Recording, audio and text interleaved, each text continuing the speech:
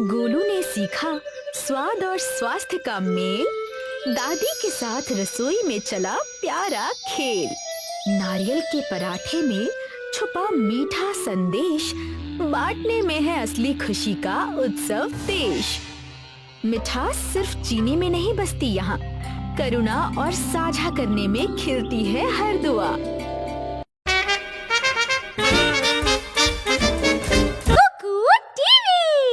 मीठापुर नाम का एक उजला और चंचल गांव था। वहाँ की सुबह हंसी, मंदिर की घंटियों की ध्वनि, चिड़ियों की चहचहाहट और हर घर से आती ताजे नाश्ते की खुशबू से भरी रहती थी। बच्चे स्कूल बैग लेकर दौड़ते थे, दुकानदार अपनी दुकानें खोलते थे और बुजुर्ग आपस में बैठकर खुशी खुशी बातें किया करते थे। इसी गांव में गोलू नाम का 8 वर्षीय लड़का अपनी दादी के साथ रहता था। सुबह का समय था। गोलू की दादी पूजा अर्चना कर रही थी। तभी गोलू भगवान की मूर्ति के आगे हाथ जोड़कर बैठ गया। दादी देखो, हमेशा की तरह मैं जल्दी उठकर पूजा में शामिल हो गया। अब जल्दी से मुझे लड्डू खिला दो। मैं जानती हूँ गोलू, तू पूजा में केवल लड्डू खाने के लिए ही आता है। कितनी बार कहा है मीठा कम खाया कर। लेकिन भगवान के प्रसाद से कोई नुकसान नहीं होता। इतना कहकर नन्हा गोलू थाली में रखे सारे लड्डू उठाने लगा। दादी मुस्कुराती रही। अरे गोलू, भगवान को तो भोग लगने दे। दादी, आपने ही तो मुझे सिखाया था कि बच्चे भगवान का ही रूप होते हैं। दादी मुस्कुराने लगी और गोलू हंसते हुए वहाँ से चला गया। कुछ देर बाद गोलू के दोस्त चिंटू और मिंटू वहाँ आ गए। चल गोलू, भूल गया क्या? आज हमारा मैच है। मेरा मन नहीं है। तू हमेशा बहानेबाजी करता है। अब जल्दी चल, तेरे बगैर हमारी टीम पूरी नहीं होगी। तेरे दोस्त खेलने के लिए आए हैं और तू मना कर रहा है। जमाना कितना बदल गया है। मैं जब छोटी थी तो बाहर बहुत खेला करती थी। मेरी माँ बताती थी कि खेलने कूदने से शरीर हमेशा स्वस्थ रहता है। गोलू एक आलसी किस्म का बच्चा था। वो ना चाहते हुए भी दादी की बात सुनकर चिंटू और मिंटू के साथ क्रिकेट खेलने चला गया। चिंटू, मिंटू और गोलू साथ मिलकर क्रिकेट खेलने लगे। कुछ देर बाद गोलू थक गया। मुझे तो बहुत तेज थकान हो रही है। अब मेरा खेलने का मन नहीं कर रहा। मैं घर जा रहा हूँ, कुछ देर आराम करूँगा। इतना कहकर गोलू अपने घर चला गया और जाकर लेट गया। दादी कमरे में आती हैं। अरे गोलू, अभी कुछ देर पहले ही तो बाहर खेलने गया था। इतनी जल्दी कैसे आ गया बेटा? दादी, मैं थक गया हूँ। ये सुनकर दादी चौंक गई। कितनी बार कहा है कि पौष्टिक आहार खाया कर, लेकिन तू मेरी बात मानता ही नहीं। दिन भर मिठाइयाँ, चॉकलेट, टॉफी वगैरह खाता रहता है। ये सारी चीजें हमारे शरीर को बहुत नुकसान पहुँचाती हैं। मैं तेरे लिए पौष्टिक खाना बना कर देती हूँ। इतना कहकर दादी रसोई में गई और सब्जियां तैयार करने लगी। ये ले गोलू, आज मैंने तेरे लिए पौष्टिक खाना बनाया है। ये तुझे खाना ही पड़ेगा। तू रोटी बिल्कुल नहीं खाता। गोलू मुंह बनाकर थाली की ओर देखने लगा। दादी, मुझे ये सब्जियां देखकर उल्टी आती है। आप मुझे कुछ पैसे दे दीजिए। मैं बाहर जाकर चॉकलेट और टॉफी खा लूंगा। उसी से मेरा पेट भर जाएगा। ये सुनकर दादी थोड़ा गुस्सा हो गई। गोलू, इस तरह तो तू बीमार पड़ जाएगा। नहीं, मैं तुझे पैसे नहीं दूंगी। तुझे यही खाना पड़ेगा। गोलू बहुत जिद्दी था। वो मानने को तैयार नहीं हुआ। लेकिन दादी, मैं तो चॉकलेट और टॉफी ही खाऊंगा। गोलू की जिद के आगे दादी कुछ देर बाद हार गई। अच्छा ठीक है बाबा, मैं तुझे पैसे दे दूंगी। तू बाहर जाकर चॉकलेट और टॉफी खा लेना, लेकिन उसके लिए तुझे कम से कम 1 रोटी तो खानी ही पड़ेगी। तूने देखा नहीं, थोड़ी देर क्रिकेट खेलते ही थक गया। अभी से ये हाल है तो जवानी में तेरा क्या होगा। इतना कहकर दादी ने गोलू को जबरदस्ती एक रोटी खिलाई। गोलू मुंह बनाते हुए दादी के हाथ का खाना खाने लगा। कुछ देर बाद दादी ने उसे पैसे दिए। गोलू तुरंत बाहर चला गया, दुकान से चॉकलेट और टॉफी खरीदी और खाने लगा। दादी तो पागल हो गई हैं। जो मजा चॉकलेट और टॉफी खाने में है, वो मजा भला रोटी और सब्जी खाने में कहाँ से आएगा। गोलू की दादी दूर से उसे चॉकलेट और टॉफियां खाते हुए देख रही थी। उनके चेहरे पर मुस्कान नहीं थी, बल्कि चिंता की लकीरें साफ दिखाई दे रही थी। उनका मन भारी हो गया था। अब तो मुझे गोलू को देखकर चिंता होने लगी है। मुझे जल्द ही कुछ न कुछ करना होगा, वरना ऐसे तो गोलू बुरी तरह से बीमार पड़ जाएगा। अगले दिन दादी फिक्र में डूबी हुई गोलू के लिए पौष्टिक नाश्ता बना रही थी। उन्होंने मन ही मन ठान लिया था कि अब गोलू की आदत बदलनी ही होगी। नहीं दादी, मुझे बिल्कुल भी भूख नहीं लगी है। मैं खेलने के लिए जा रहा हूँ। ये सुनकर दादी चौंक गई। उन्हें गोलू की बातों में बहाने की गंध साफ महसूस हुई। मैं तेरी बहानेबाजी सब समझती हूँ गोलू।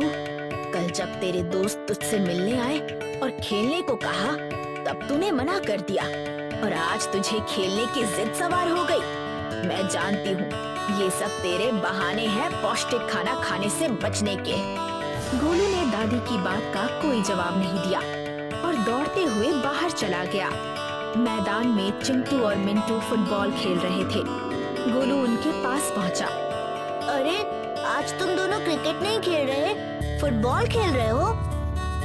हम चाहते थे कि तू भी हमारे साथ क्रिकेट खेले, लेकिन तुझे क्रिकेट में कोई दिलचस्पी नहीं, इसलिए हमने फैसला किया है कि अब हम फुटबॉल खेलेंगे। मैं भी फुटबॉल खेलूंगा। ये सुनकर मिंटू हंसने लगा। पागल हो गया है क्या? तू फुटबॉल कहाँ से खेलेगा? हम दोनों को देख, हम फिट हैं। जब हम दौड़ते हैं ना, तो बिल्कुल नहीं हाफते। फुटबॉल खेलना स्वस्थ शरीर वालों का काम होता है, और तू कितना कमजोर है। मिंटू की बात सुनकर गोलू चौंक गया। उसके मन को ये बात बहुत बुरी लगी। किसने कहा कि मैं कमजोर हूँ? अरे, सारा गांव कहता है कि तू कमजोर है। सब जानते हैं कि तू पौष्टिक आहार नहीं लेता, ना रोटी खाता है ना सब्जी, तू केवल मिठाइयाँ और चॉकलेट ही खाता है। ये सुनकर गोलू को गुस्सा आ गया। अरे, हमारे गांव का नाम मिठाईपुर है। गांव का नाम मिठाईपुर होने से क्या होता है? इसका मतलब ये थोड़ी है कि हम असली खाना छोड़कर केवल मिठाइयाँ ही खाते रहे। तुम्हारा मतलब क्या है? क्या मिठाइयाँ और टॉफियाँ असली खाना नहीं है? नहीं, मिठाइयाँ और टॉफियाँ असली खाना नहीं है। और शायद तू भूल गया कि कुछ ही दिनों बाद हमारे मिठाईपुर गांव में वार्षिक साझा उत्सव होने वाला है। उस कार्यक्रम में सभी लोग असली खाना बनाते हैं और उसे उन लोगों में बांटते हैं जो त्योहार का भोजन नहीं जुटा पाते। हम भी अब बड़े हो गए हैं, इसलिए हम भी उसमें हिस्सा लेंगे, लेकिन तू उस कार्यक्रम का हिस्सा नहीं बन सकता, क्योंकि तुझे तो असली खाना क्या होता है ये भी नहीं पता। इतना कहकर चिंटू और मिंटू हंसने लगे। उनकी हंसी गोलू के दिल को चीर गई। वो उदास होकर घर की ओर लौट आया। गोलू को उदास देखकर दादी चौंक गई। वो तो हमेशा हंसते हुए घर आता था, लेकिन आज उसका चेहरा बुझा हुआ था। अरे गोलू, तू उदास क्यों है? तू तो हमेशा हंसता हुआ घर आता था। गोलू की आंखों से आंसू बहने लगे। उसने चिंटू और मिंटू की सारी बातें दादी को बता दी। चिंटू और मिंटू ने मेरा मजाक उड़ाया। उन्होंने मुझे कमजोर कहा। उन्होंने ये भी कहा कि असली खाना क्या होता है मैं जानता ही नहीं। और कुछ दिनों बाद हमारे गांव में वार्षिक साझा उत्सव होने वाला है। मैं उसमें भी भाग नहीं ले सकता, क्योंकि मुझे पता ही नहीं कि असली खाना क्या होता है। इतना कहकर गोलू फूट फूट कर रोने लगा। वार्षिक साझा उत्सव गांव का एक आनंदमय दिन होता था, जब हर परिवार घर का बना भोजन तैयार करके पड़ोसियों, मेहमानों और खासकर उन लोगों में बांटता था जो त्योहार का भोजन नहीं जुटा पाते। ये उत्सव केवल खाने का नहीं, बल्कि दया और समुदाय की भावना का प्रतीक था। चुप हो जा गोलू, मैं तेरा मन तो नहीं दुखाना चाहती, लेकिन तेरे दोस्तों ने जो कहा वो सच कहा। ये सुनकर गोलू ने आंसू पूछे। अब आप भी मेरा मजाक उड़ा रही हैं दादी। नहीं नहीं, अच्छा ये बता, तेरे रोने की असली वजह क्या है? गोलू की आंखों में अचानक चमक आ गई। दादी, मैं भी साझा उत्सव के कार्यक्रम में हिस्सा लेना चाहता हूँ। मैं चाहता हूँ कि मैं उस कार्यक्रम में भाग लेकर जीतूं। जब मैं जीत जाऊंगा ना, तो चिंटू और मिंटू फिर कभी मेरा मजाक नहीं उड़ा पाएंगे। ठीक है, लेकिन उसके लिए तुझे असली खाना खाना पड़ेगा और बनाना भी सीखना पड़ेगा। ये सुनकर गोलू के चेहरे पर फिर गुस्सा आ गया। नहीं दादी, मैं उस प्रतियोगिता में मिठाई ही बनाऊंगा, क्योंकि हमारे गांव का नाम मिठाईपुर है। मैं चाहता हूँ कि मिठाई का भोजन बनाकर ही प्रतियोगिता जीत कर दिखाऊं। दादी गहरी सोच में डूब गईं। उन्हें समझ आ गया था कि अब गोलू को समझाने के लिए कुछ खास करना पड़ेगा। चल ठीक है, अभी तू चुप हो जा, मैं इस बारे में कुछ सोचती हूँ। गोलू की दादी रात भर गहरी सोच में डूबी रहीं। उनके मन में गोलू की जिद, उसकी कमजोरी और आने वाले उत्सव की चिंता घूमती रही। अचानक उनके होठों पर हल्की मुस्कान आ गई, जैसे उन्हें कोई रास्ता मिल गया हो। तब मुझे यही करना होगा। ये उत्सव गोलू को जीवन का एक अविस्मरणीय सबक सिखाने का सही अवसर होगा। गोलू की जिद है कि वो एक ऐसा भोजन तैयार करना चाहता है जो मिठाई का हो, और मैं यही करूंगी। मैं उसे स्वस्थ भोजन से प्रेम करना सिखाऊंगी। अगले दिन दादी गोलू के पास रहस्यमयी अंदाज में पहुंची। उनके चेहरे पर आत्मविश्वास साफ झलक रहा था। गोलू, कल मैं तेरी बात पर बहुत सोचती रही और मैंने फैसला कर लिया है। इस साल हम कुछ खास बनाएंगे, तेरी ही पसंद का कुछ मीठा लेकिन ताकत देने वाला। ये सुनकर गोलू की आंखें चमक उठी। मीठा?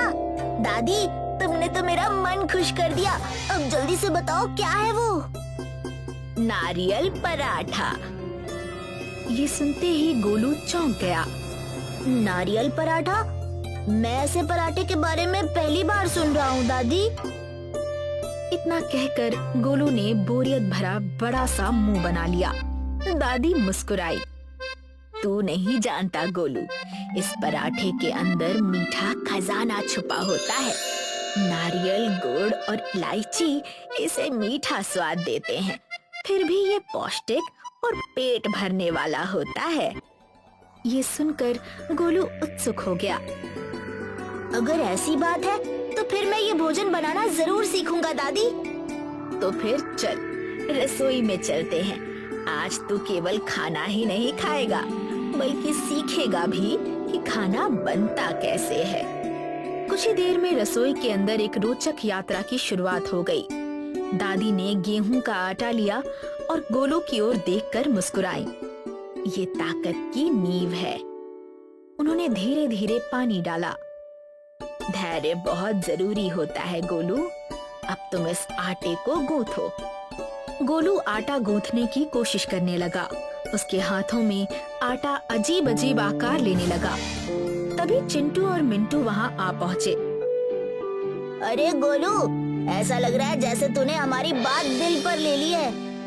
हाँ, मैं उत्सव में हिस्सा लूंगा और तुम दोनों की छुट्टी कर दूंगा।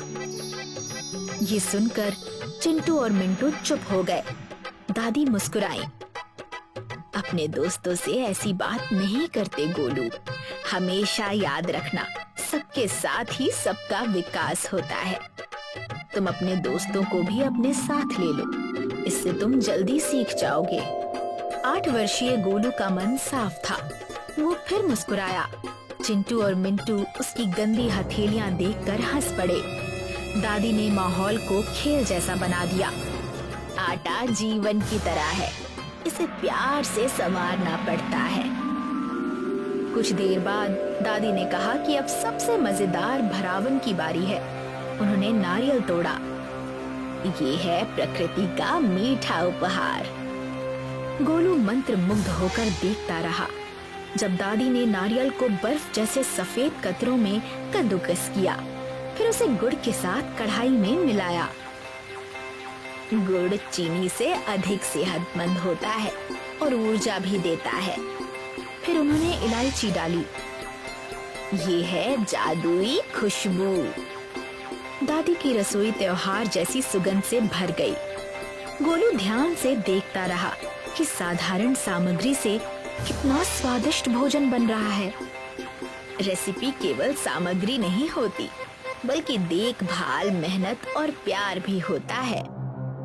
गोलू समझने लगा कि बाजार की मिठाइयाँ तुरंत मिल जाती हैं, लेकिन घर का खाना समय और दिल मांगता है। दादी ने सावधानी से लोई में भरावन भरी। अब इसे बेलो। गोलू ने बेलना शुरू किया। शुरुआत में भरावन बाहर निकल आया। चिंटू और मिंटू फिर हंस पड़े। गोलू थोड़ी देर के लिए शर्मिंदा हुआ। गलती सीखने का ही हिस्सा है। अपने दोस्तों के हंसने पर नाराज मत हो। गोलू मुस्कुराने लगा और धीरे धीरे सही तरीके से पराठा बेलना सीख गया, जैसे कोई मीठा राज छुपा रहा हो। आखिरकार दादी ने गर्म तवे पर घी लगाया और पराठा सेंका। सुनहरे और कुरकुरे पराठे हल्के से फूल गए और बहुत लजीज लग रहे थे। गोलू ने पहला कौर खाया और चौंक गया। दादी, इसका स्वाद उम्मीद से ज्यादा मीठा और त्योहार जैसा है और बहुत संतुष्टि देने वाला है। पहली बार गोलू ने महसूस किया कि सेहतमंद भोजन भी स्वादिष्ट हो सकता है। दादी, मैं साझा उत्सव के लिए बहुत सारे नारियल पराठे बनाऊंगा। ये सुनकर चिंटू और मिंटू उसकी ओर देखने लगे। क्या तू हमें भी इसमें शामिल करेगा? हाँ हाँ, क्यों नहीं। गोलू की बात सुनकर चिंटू और मिंटू खुश हो गए।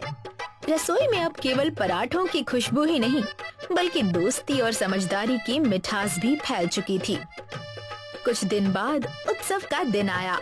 पूरे गांव में रंगीन सजावट, संगीत और खुशियों की हलचल थी। हर परिवार कुछ न कुछ खास लेकर आया था। कहीं खीर की खुशबू थी, कहीं पोहे की भाप उठ रही थी, कहीं पूरी और लड्डू सजे हुए थे। पूरा मैदान उत्साह से भरा हुआ था। गोलू गर्व से नारियल पराठों की टोकरी लेकर पहुंचा। उसके चेहरे पर आत्मविश्वास साफ झलक रहा था। गोलू, ये तो बड़ा ही साधारण पराठा लग रहा है। एक बार खाओगी तो फिर इसके ही गुण गाओगी। जैसे ही बच्ची ने पराठे का एक कौर खाया, वो हैरान रह गई। ये तो कमाल है। इस तरह का स्वादिष्ट पराठा तो मैंने अपने जीवन में कभी नहीं खाया।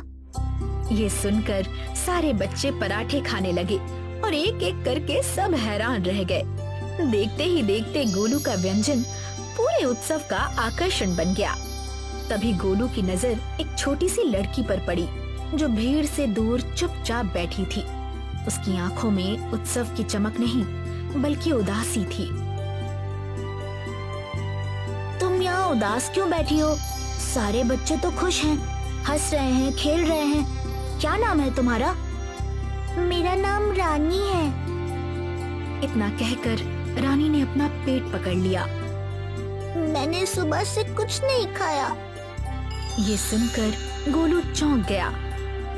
लेकिन क्यों? मेरी माँ बीमार है। उनकी बीमारी की वजह से हमारे घर में त्योहार का खाना बनाने के लिए कुछ भी नहीं बना। गोलू को दादी की बात याद आ गई। भोजन कृतज्ञता और बांटने का माध्यम होता है।